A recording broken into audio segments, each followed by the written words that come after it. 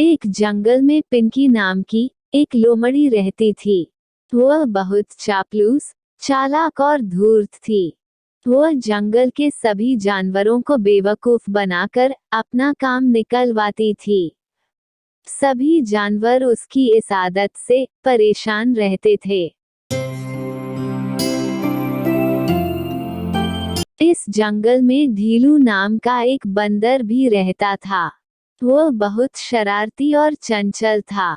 वह भले लोगों की सहायता करता और चालाक व चापलूस लोगों से नफरत करता था। पिंकी पूरे जंगल में मस्ती से घूमती रहती थी।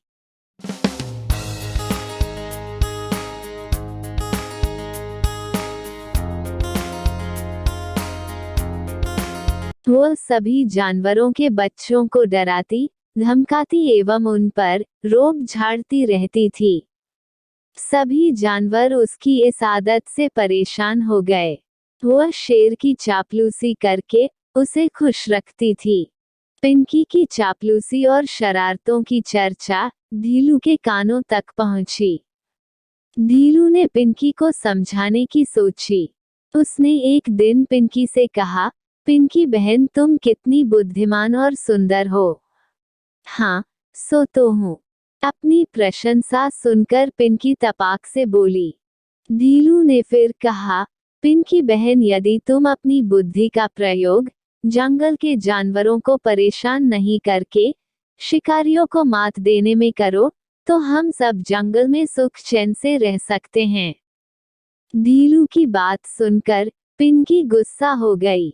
उसने कहा, चुप बंदर, बड़ा आया उपदेश देने वाला। मुझे शिकारियों का डर नहीं है, तू अपनी सोच। ये कहकर पिंकी ढीलू को चिढ़ाकर भाग गई।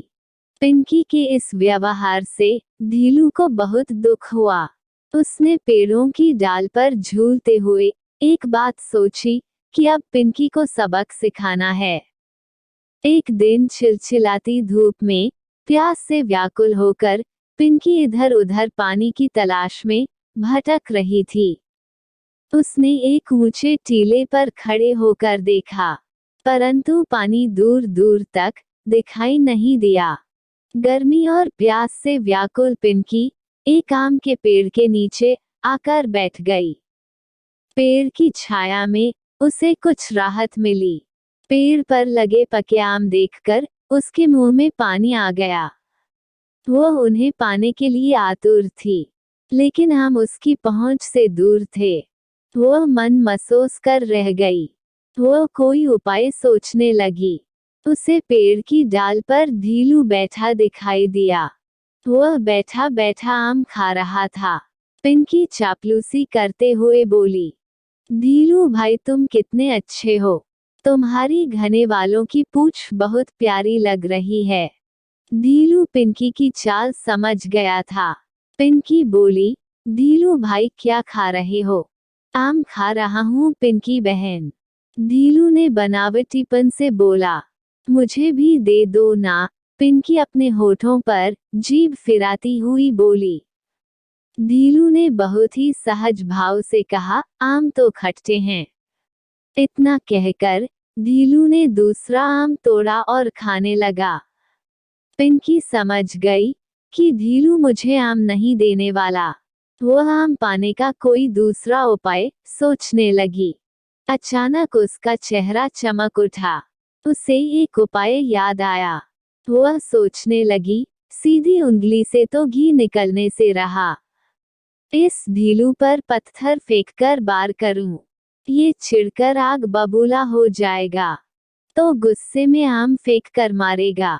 बस मेरा काम बन जाएगा। ये सोचकर पिंकी ढीलू को बड़ा सा मुंह बनाकर चिढ़ाने लगी।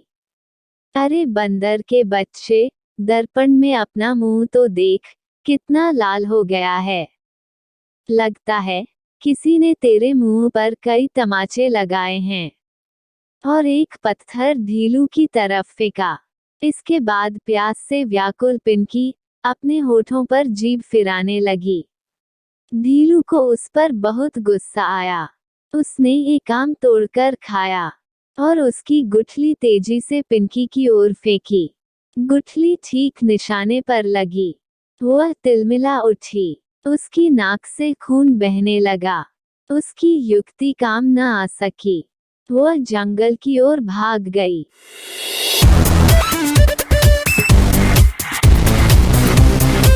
ढीलू बंदर जोर जोर से हंसने लगा।